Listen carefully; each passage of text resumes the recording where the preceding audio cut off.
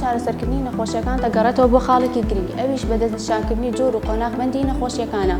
هاوکات ئێمە وەکو قوتابیانی بەشی شیکاری نەخۆشیەکان لە ماوەی ئەو 2 ساڵەدا ڕادەهێنرێن بە ئەنجامدانی پشکنینە تاقیگەییەکان و ئەو پشکنینانەی کە لە تاقیگەکان و نەخۆشخانەکاندا ئەنجام دەدرێت.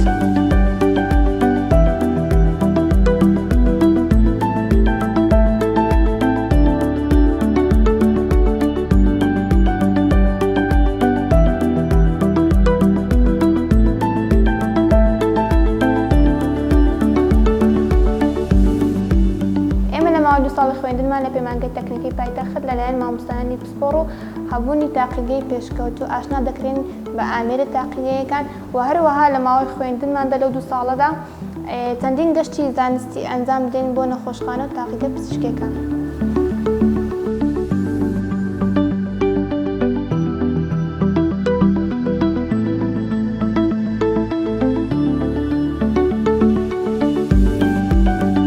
دەتوانین بەشی شیکاری هەڵبژێرن بۆی داهاتووی گەشتتان هەبێت.